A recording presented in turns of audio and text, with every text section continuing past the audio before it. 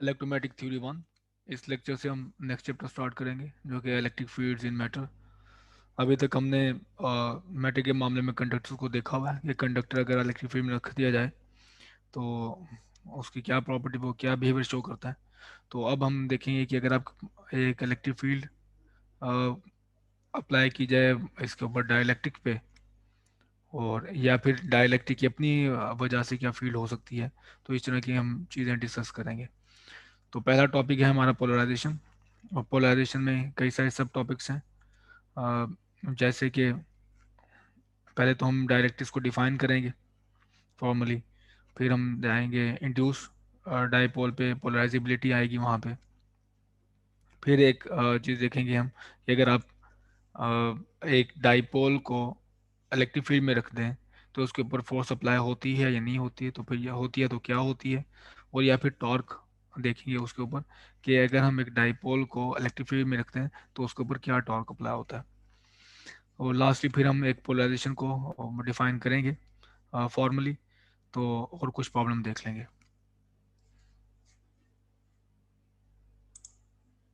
Electric fields in matters, ये जो chapter है इसमें हमारा कंसर्न होगा डाइलेक्ट्रिक्स से। कि हमने एक बिहेवियर देखा हुआ है, वो सेकंड चैप्टर में देखा था कि अगर आप कंडक्टर प्लेस करें इलेक्ट्रिक फील्ड में, और ना अगर प्लेस करें या प्लेस कर दें तो उसका पोटेंशियल क्या होता है, उसकी इलेक्ट्रिक फील्ड क्या होती है, उसके अंदर इलेक्ट्रिक फील्ड क्या होती है, उसके बाहर क्या होती है। तो जो प्रॉपर्टी है अगर मैं आपको अभी गिनवाऊं, तो electric field inside the conductor zero है। Electric field at the surface of a conductor always perpendicular to the surface, और charge reside always on the surface of the conductor। और जो आपके पास कंडक्टर की जो सरफेस होती है वो इक्वी पोटेंशियल होती है, आप कहीं भी उसके पोटेंशियल फाइंड करें वो आपको सेम मिलेगा। और जहाँ जहाँ पे आपके पास कंडक्टर पे कर्वेचर ज़्यादा वो ज़्यादा होगा, जैसे नोकीली जो पॉइंट्स हैं कंडक्टर के वो होंगे, तो उन पॉइंट्स पे आपके पास चार्ज डेंसिटी भी ज़्यादा होगी और इलेक्ट्रिक फील्ड भी ज़्यादा होगी। अब हमने देखना है कि डाइलेक्ट्रिक्स में क्या होता है। कंडक्टर में आपको पता है कि फ्री चार्ज होते हैं, मूव कर सकते हैं आप उनमें, इलेक्ट्रिक फील्ड अगर करें तो वो आपके मूवमेंट शो करेंगे, वो मूव होना शुरू करेंगे। लेकिन डाइलेक्ट्रिक में नहीं होता ऐसा, इंसुलेटर्स में ऐसा नहीं होता। तो इंसुलेटर में जो आपके पास इलेक्ट्रॉन्स होते हैं वो मॉलिक्यूल्स के साथ या एटम के साथ वो बंधे हुए होते हैं। तो अगर आप इलेक्ट्रिक फील्ड उस पर अप्लाई करते हैं तो वो इलेक्ट्रिक फील्ड कोई वो रिस्ट्रिक्ट या फिर लिमिटेड मोशन ही शो कर पाते हैं। जैसे आपने अगर किसी डाइलेक्ट्रिक एटम में और या मालिक्यूल में इलेक्ट्रिक फील्ड अप्लाई की है तो उसको थोड़ा सा स्ट्रेच कर देगी या रोटेट करना शुरू कर देगी, तो ये बिहेवियर हमें जो प्रोमेटली नजर आएंगे। ठीक है। तो इसमें हम देखेंगे कि डाइलेक्ट्रिक में आपने इलेक्ट्रिक फील्ड अगर अप्लाई की तो क्या होता है। इंड्यूस्ड डाइपोल्स हैं, तो पहले हम डाइपोल डिस्कस कर चुके हैं। तो जैसे मैंने ये बताया कि अगर आप एक न्यूट्रल एटम को रखें एक इलेक्ट्रिक फील्ड में, जैसे हमारे पास ये है, ये मेरे पास एक एटम है, ठीक है, जो स्फेरिकली सिमेट्रिक है। और इसके सेंटर पे चार्ज प्लस है, और इलेक्ट्रॉन जो है इसके रिवॉल्व कर रहे हैं, ठीक है, इलेक्ट्रॉन। तो ये स्फेरिकल सिमेट्रिक होने का मतलब इसका ये है कि इलेक्ट्रॉन हर पॉइंट पे, हर साइड पे इसके इक्वल टाइम स्पेंड कर रहा है। ठीक है, on average equal time spend कर रहा है। लेकिन जैसे आप इसको करते हैं, रखते हैं, हाँ, इलेक्ट्रिक फील्ड के अंदर, तो फिर इस तरह से होगा।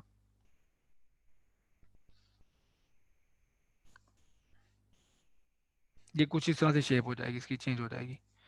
तो हमने किया क्या है, इसको प्लेस किया है इलेक्ट्रिक फील्ड के अंदर। तो इलेक्ट्रिक फील्ड मैं आपको शो कर दूं, वो ये है, ये इलेक्ट्रिक फील्ड है इस डायरेक्शन में।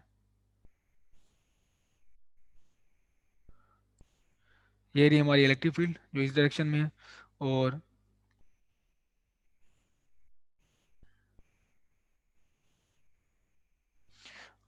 तो ये धकेलेगी पॉजिटिव चार्ज को जो न्यूक्लियस है इस साइड पे, और नेगेटिव चार्ज को धकेलेगी इस साइड पे। ठीक है। तो इनमें और इनमें थोड़ा सा ये एलोंगेशन आ जाएगी एटम के अंदर, एलोंगेट हो जाएगा। तो क्यों, आप इसको इमेजिन कर सकते हो कि जैसे कि आपके पास पहले प्लेट कैपेसिटर होता है, तो यहाँ पे आपके पास जो प्लस अगर प्लेट है और ये होगी नेगेटिव प्लेट है, तो इलेक्ट्रिक फील्ड होती है हमारे पास negative to positive to negative. तो आप इमेजिन कर सकते हैं कि ये वाली जो साइड है पॉजिटिव है और ये नेगेटिव है। तो ये वाला जो इस वजह से जो चार्ज है अलोंग द लाइन मूव होता है, जो पॉजिटिव चार्ज है, और जो नेगेटिव चार्ज होता है ये opposite to the line move होता है। तो ये आपको ये स्ट्रेच करेगा, एलोंगेट करेगा इलेक्ट्रिक फील्ड में, अगर आप एटम को रख दो। तो एलोंगेशन का मतलब ये है कि रिवॉल्व तो स्टिल ये कर रहा है इलेक्ट्रॉन, ये नहीं है कि वो रुक गया है, इसने उसको पकड़ लिया। तो इलेक्ट्रॉन रिवॉल्व कर रहा है, लेकिन ऑन एवरेज इस साइड पे टाइम ज़्यादा स्पेंड करता है as compared to the other side. तो अगर आप इलेक्ट्रिक फील्ड अप्लाई नहीं करते तो आपके पास स्फेरिकल सिमेट्रिक है, ये डायपोल मोमेंट नहीं है। लेकिन अगर आप जैसे ही इसको अप्लाई करते हैं तो जितना ये ऑन एवरेज यहाँ पे एलोंगेट होगा, तो इसको हम डी कहेंगे। तो ये आपके पास अब डायपोल मोमेंट यहाँ पे अपेयर हो जाएगी। अब अगर आपके पास जो इलेक्ट्रिक फील्ड अप्लाई करते हैं आप, large large electric field apply करते हैं, तो वो इसको तोड़ देगी, इस एटम को, इसमें से इलेक्ट्रॉन को निकाल लेगी, आयोनाइज कर देगी। ठीक।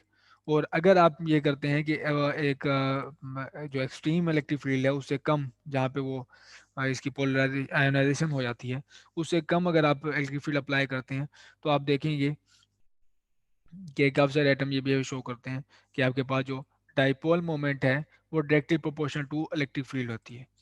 तो dipole moment is directly proportional to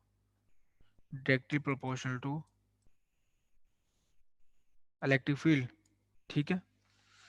तो अगर आप प्रोपोर्शनलिटी का साइन ख़त्म करें तो आपके पास एक कांस्टेंट आता है जो हमारे पास ये है, इसे कहते हैं एटॉमिक पोलराइजेबिलिटी। तो एग्जांपल है हमारे पास एक, calculate the atomic polarisability of such an atom. तो एटम हमारे पास ये है, जैसे कि हमारे पास एक एटम दिखाई गई है, क्लासिकल पिक्चर बनाई गई है इसकी। तो सेंटर पे मैंने जो न्यूक्लियस था उसको प्लस क्यू चार्ज करा गया है, और इसके गिर जो क्लाउड है इलेक्ट्रॉन का हमारे पास, उसको माइनस क्यू कहा गया, मैं कह दिया गया। तो जैसे आप इसको प्लेस करोगे, जैसे मैंने बताया इलेक्ट्रिक फील्ड के अंदर, तो प्लस क्यू चार्ज आपके पास उस तरफ धकेला जाएगा, और माइनस क्यू आपके पास इलेक्ट्रॉन, जो माइनस क्यू है वो इस तरफ धकेला जाएगा।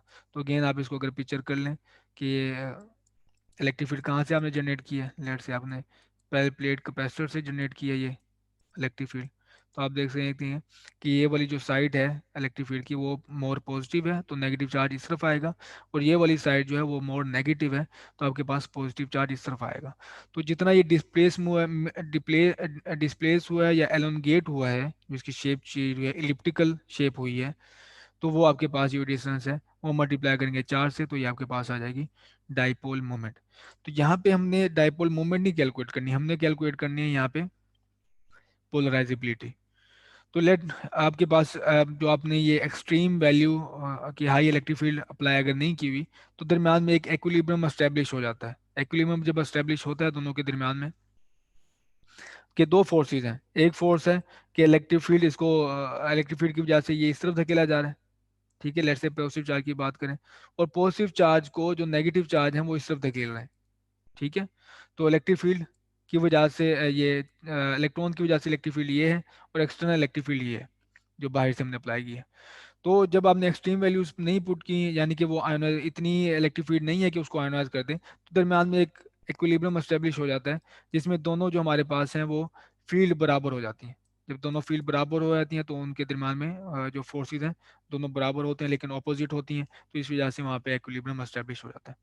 तो एट इक्विलिब्रियम हमारे पास ये रिलेशन है, जो एक्सटर्नल फील्ड इक्वल हो जाती है उस फील्ड के जो इलेक्ट्रॉन प्लस चार्ज पे अप्लाई करें हैं, जो न्यूक्लियस पे।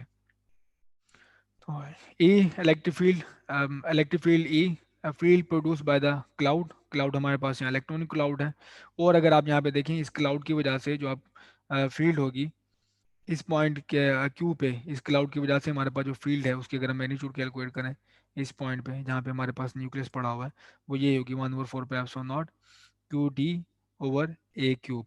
ठीक है। तो एक्विलिब्रियम जब हुआ, जैसे मैंने बताया कि एक्विलिब्रियम पे दोनों इलेक्ट्रिक फील्ड बराबर हो गई, तो इलेक्ट्रॉन की वजह से बिल्कुल इक्वल हो जाएगी 1/4 पे epsilon not Q D over A cube के। और अब अगर आप इसकी डाइपोल मोमेंट की बात करें, तो डाइपोल मोमेंट में वैल्यू पुट करने इसकी क्यू और डी की देख लें आप, तो dipole moment is equal to Q D, और क्यू डी की वैल्यू है यहाँ से ये, क्यू डी की वैल्यू एक्सट्रैक्ट कर लें 4 पाई एप्सिलॉन नॉट, और ए क्यूब उस तरफ चला जाएगा। जब 4 पाई एप्सिलॉन नॉट उस तरफ चला जाएगा ए क्यूब, तो आपको ये दिखाई देगा P is equal to 4 pi epsilon not a cube ई।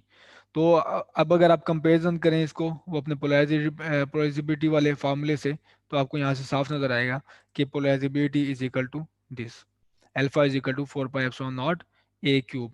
ठीक, तो अगर आप इसको वॉल्यूम की टर्म में लिखना चाहें तो आप वो 3 से डिवाइड कर दें, वो बन जाएगा 4/3 पाई ए क्यूब। तो ए अगर आपके पास एटम का रेडियस है, तो वॉल्यूम ऑफ एटम, तो वॉल्यूम ऑफ एटम हमारे पास वी है, इसके टर्म में हमने पोलराइजेबिलिटी लिख दी, polarizability is equal to 3 epsilon not V. तो ये रही बात हमारी एटम की कि एटम में कैसे क्या होता है। और अगर आपके पास मॉलिक्यूल है तो सिचुएशन आपके पास थोड़ी सी डिफरेंट होगी, एग्जैक्टली नहीं होगी, क्योंकि मॉलिक्यूल में ऐसा हो सकता है जैसे कार्बन डाइऑक्साइड है कि अगर आप कार्बन डाइऑक्साइड मॉलिक्यूल के परपेंडिकुलर इलेक्ट्रिक फील्ड अप्लाई करें तो पोलराइजेबिलिटी की वैल्यू अलग होती है, और अगर आप अप्लाई करें उसके पैरेलल तो पोलराइजेबिलिटी अलग है। ठीक है, तो फिर आपको इसको दोनों टर्म्स को कंट्रीब्यूट करना पड़ेगा। तो मॉलिक्यूल एटम से इस वाले से डिफरेंट है कि आप डिफरेंट डायरेक्शन में अप्लाई करेंगे तो आपको पोलराइजेबिलिटी डिफरेंट मिलने के चांसेस हैं। तो इंड्यूस डायपोल मोमेंट में not even be in the same direction as electric field. तो ये भी पॉसिबल है, जैसे ये तो मैंने भी सपोज किया है कि आप अगर ये आपके पास मॉलिक्यूल है, लेट्स से ये जैसे कार्बन डाइऑक्साइड है, ठीक है, तो अगर आप इसके परपेंडिकुलर अप्लाई करते हैं तो in the direction of polarisability भी मिली आपको, और लेकिन वो डिफरेंट थी। और अगर आप इसके पैरेलल अप्लाई करते हैं तो इन द डायरेक्शन मिली लेकिन वो डिफरेंट थी पहले से। तो डायरेक्शन चेंज करने से पोलराइजेबिलिटी भी उसी डायरेक्शन में है लेकिन वो डिफरेंट है। तो एक और तीसरा केस भी हो सकता है, और वो केस ये हो सकता है कि पोलराइजेबिलिटी हो उसी इलेक्ट्रिक फील्ड के डायरेक्शन में ना हो। पोलराइजेबिलिटी अगर आप एक्स एक्सिस के अलोंग अप्लाई करें तो पोलराइजेबिलिटी आपको वाई के अलोंग मिल जाए। अब लेट से आप एक्सिस के अलोंग अप्लाई करते हैं फील्ड तो आपको पोलराइजिटी मिल जाए वाई के अलोंग, या जेड के अलोंग एलोगेशन हो रही है। इसी तरह अगर आप वाई के अलोंग अप्लाई करें इलेक्ट्रिक फील्ड तो आपको जेड के अलोंग मिलने लग गई है पोलराइजिबिलिटी। तो ये भी चेंज हो सकता है। तो इस केस में सारे ये फैक्टर्स अप्लाई अप्लाई अपेयर होंगे, और ये हमारे पास जो ये अल्फाज हैं, ये 6 कंपोनेंट्स ये मिलके बनाएंगे एक पोलरारिटी टेंसर्स। तो ये आपको बता रहे हैं कि अगर आप जेड के अलोंग अप्लाई करें, ये देखें अगर आप जेड के अलोंग अप्लाई करते हैं, और ये जो डायगोनल एलिमेंट्स मैं दिखा रहा हूँ, अगर आप एक्स के अलोंग इलेक्ट्रिक फील्ड अप्लाई करें आपको पोलराइजेबिलिटी एक्स के अलोंग मिले, और अगर आप वाई के अलोंग अप्लाई करें वाई के अलोंग मिले, और जेड के अलोंग अप्लाई करें तो जेड के अलोंग, तो आपको सिर्फ ये 3 कंपोनेंट्स मिलेंगे, ऑफ डायगोनल जाते रहेंगे। तो हमारे पास इस तरह के ऑप्शन होते हैं कि आप कोऑर्डिनेट एक्सिस ऐसे सेलेक्ट कर लें कि आपको सिर्फ यही डायगोनल कंपोनेंट मिले, ऑफ डायगोनल टर्म जीरो हो जाए। अदरवाइज आपने आर्बिट्रेरी को लिया हुआ है एक्सिस, उसमें आप इलेक्ट्रिक फील्ड अप्लाई करें तो आपके पास ये सारे जो कंपोनेंट्स हैं ये अपेयर हो सकते हैं। तो अब अलाइनमेंट ऑफ पोलर मॉलिक्यूल, अभी तक जो हमने डिस्कशन किए हैं कि वो ऐसे मॉलिक्यूल थी जिनकी डायपोल मोमेंट जीरो थी। तो अब वो पैकेज डिफरेंट है, जो पहले हमने एटम भी डिस्कस किया उसकी डायपोल मोमेंट सिर्फ इलेक्ट्रिक फील्ड में रखी तो फिर डायपोल मोमेंट अपेयर हुई, अदरवाइज उसकी नहीं थी परमानेंट। मॉलिक्यूल के केस में भी यही था कि हमने अगर उसको रखा इलेक्ट्रिक फील्ड में तो उसकी डायपोल मोमेंट अपेयर होती थी लेकिन परमानेंट डायपोल मोमेंट उसकी नहीं थी। अब ऐसा हम मॉलिक्यूल लेते हैं जिसकी डायपोल मोमेंट पहले से होती है, और वो हमारे पास एक एग्जांपल है वाटर मॉलिक्यूल। तो वाटर मॉलिक्यूल है हमारे पास जिसके पॉजिटिव चार्ज एक साइड पे होते हैं, नेगेटिव एक साइड पे होते हैं, तो नेट इसकी डायपोल मोमेंट आप देखोगे। तो इस तरह की मॉलिक्यूल को अगर आप रखो इलेक्ट्रिक फील्ड के अंदर तो फिर क्या होगा, ये क्वेश्चन है को बस। तो इसकी पिक्चर आप ये बना लें हम, ये मैंने इसी की एक पिक्चर बनाई सिंपल, और पिक्चर मुझे ये बताती है कि अगर आप इसको रखें इसी डायपोल मोमेंट को इलेक्ट्रिक फील्ड के अंदर, तो जो पॉजिटिव साइड है वो इलेक्ट्रिक फील्ड आपने अप्लाई की हुई है ऑफ कोर्स, ये आपने अप्लाई की हुई है इलेक्ट्रिक फील्ड, ठीक है।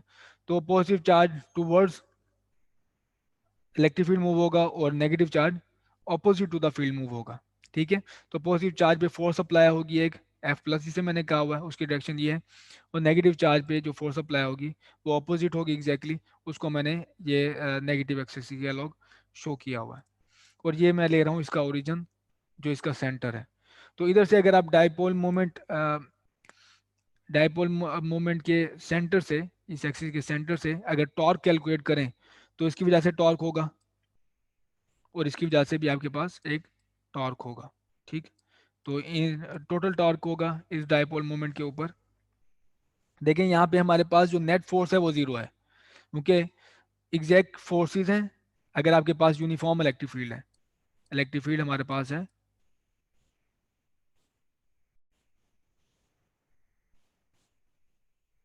यूनिफॉर्म, तो दोनों फोर्सेस इक्वल होंगी, ऑपोजिट डायरेक्शन में है तो नेट फोर्सेस के ऊपर जीरो होगी। लेकिन टॉर्क एग्जिस्ट करेगा, और उस टॉर्क को मैं कैलकुलेट कर रहा हूँ। तो टॉर्क है मेरे पास ये, कि मैंने इसके ओरिजिन से टॉर्क कैलकुलेट करना शुरू किया, और जब मैंने इसकी वैल्यू पुट की, यहाँ से यहाँ तक का डिस्टेंस, यहाँ से ओरिजिन से यहाँ तक का डिस्टेंस है d/2, और फोर्स है प्लस QE/F, ये वाली, मैं पॉजिटिव चार्ज की बात कर रहा हूँ, ये वाली टर्म।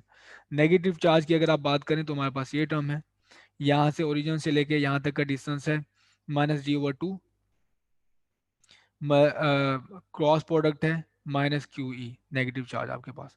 ठीक है, माइनस माइनस आपका यहाँ से जाता रहेगा, और आप इसको दोनों को सम अप करोगे, यहाँ से d/2 आ गया, यहाँ से d/2 आ गया, तो आपके पास आ जाएगा QD×E। तो QD हमारे पास है डाइपोल मोमेंट। तो यहाँ से आपको मिल गया टॉर्क का फार्मूला, N, कैपिटल N है टॉर्क। अब अगर आप एक यूनिफॉर्म इलेक्ट्रिक फील्ड में डाइपोल, परमानेंट डाइपोल मोमेंट की मोमेंट को कि मॉलिक्यूल को प्लेस करें, तो उसके ऊपर नेट फोर्स जीरो है, लेकिन उसके ऊपर टार्क होगा, और टार्क क्या होगा, P×E। तो अगेन, अगर आप एक परमानेंट मॉलिक्यूल को यूनिफॉर्म इलेक्ट्रिक फील्ड में प्लेस करें तो नेट फोर्स उसके ऊपर जीरो होगी, लेकिन उसके ऊपर टॉर्क होगा, वो है P×E। तो नेक्स्ट एक ऑब्वियस केस है कि अगर आपके पास इलेक्ट्रिक फील्ड नॉन यूनिफॉर्म हो, तो ऑब्वियस क्वेश्चन है उसको हम एड्रेस करने जा रहे हैं कि नॉन यूनिफॉर्म हो, मतलब प्लस चार्ज पे जो हमारे पास फोर्स कुछ और लगेगी, जो मैं ये शो कर रहा हूँ, प्लस चार्ज पे फोर्स अलग है, और नेगेटिव चार्ज पे अलग है, नॉन यूनिफॉर्म के यही मतलब है। तो प्लस चार्ज पे फोर्स अलग, नेगेटिव चार्ज पे हमारे पास फोर्स अलग है, लेकिन ये हमारे पास मॉलिक्यूल बहुत छोटा होता है, तो इसमें वेरिएशन ज़्यादा होनी चाहिए ताकि आप प्रोमिनेंट जो है ना फर्क को देख सकें। तो Q = E+-E, ये प्लस चार्ज, ये माइनस माइनस चार्ज की वजह से है, तो दोनों की जो एवरेज फील्ड है वो मैंने लिख दी DE के साथ, F=QDE। और हमने एज्यूम किया है कि डायपोल जो है हमारे पास बहुत छोटी है, तो आपकी ये अजम्पशन वो ज़्यादा वो ख़राब नहीं है, क्योंकि मॉलिक्यूल हमारे पास बहुत छोटे होते हैं।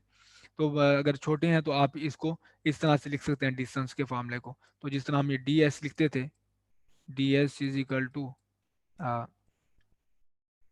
हम किसी पोटेंशियल के DT लिखते थे, DT वो ग्रेडियंट था डेल्टा टी का। ठीक है, और साथ हमारे पास यहाँ पे अप्लाई होता था DS।